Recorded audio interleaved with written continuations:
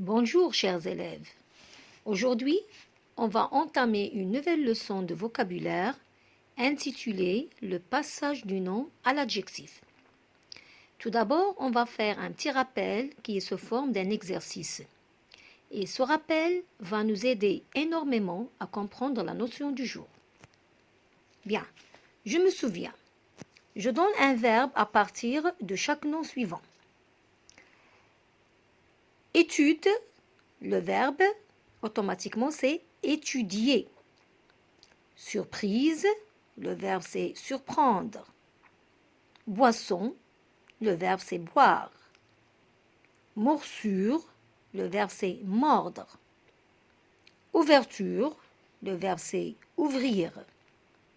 Construction, le verbe, c'est construire. Déplacement, le verbe, c'est déplacer. Chant, le verbe, c'est chanter. Et maintenant, on va commencer la notion du jour. Tout d'abord, on va commencer par l'observation des phrases suivantes. Commençons par la première phrase. Le Maroc est connu par sa gentillesse, donc il est gentil. Alors, si je vous demande de relever les mots de la même famille, vous allez me dire automatiquement gentillesse et gentil. Gentillesse, c'est un nom. Par contre, gentil, c'est un adjectif. Alors, pour faire le passage ici du nom à l'adjectif, si vous avez remarqué, on a enlevé LE2SE, c'est-à-dire on a enlevé le suffixe LE2SE, parce que le radical ici, c'est GENTIL. Et on a obtenu gentil. Passons maintenant à la deuxième phrase. Il est connu par son accueil, donc il est accueillant. Alors les deux mots de la même famille ici sont accueil et accueillant. Regardez bien, pour faire le passage ici du nom à l'adjectif, qu'est-ce qu'on a fait? On a ajouté un suffixe au radical. Donc on a ajouté ici LANT. Dans le premier exemple, on a enlevé le suffixe du nom. Dans le deuxième exemple, on a ajouté un suffixe au radical. Troisième phrase. La surdité, c'est être sourd. Les deux mots de la même famille sont surdité et sourd. Si vous avez remarqué ici, le radical a changé un petit peu.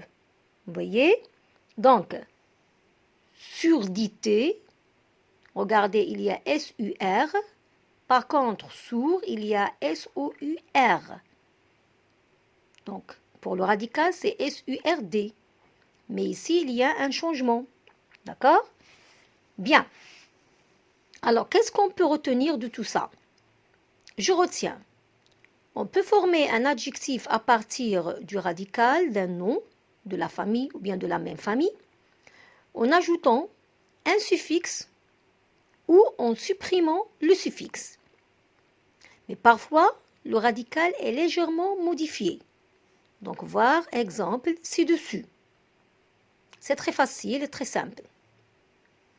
Bien, passons maintenant à la phase d'exercice. J'applique. Je complète chaque phrase par un adjectif formé à partir du nom souligné. La première phrase. Un élève d'une grande intelligence et on a souligné le mot intelligence, c'est un nom. Alors donnez son adjectif qualificatif. Deuxième phrase. Signaler son absence, c'est dire si on est. Donc on a souligné le nom absence. Alors cherchez son adjectif. Troisième. Il souffre de la faiblesse, il est. On a souligné le nom faiblesse, alors donnez son adjectif. Quatrième phrase.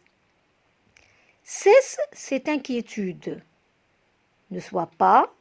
Donc, on a souligné le nom inquiétude, donnez son adjectif. Et la dernière. La perfection, c'est être. Donc, on a souligné le nom perfection, donné son adjectif.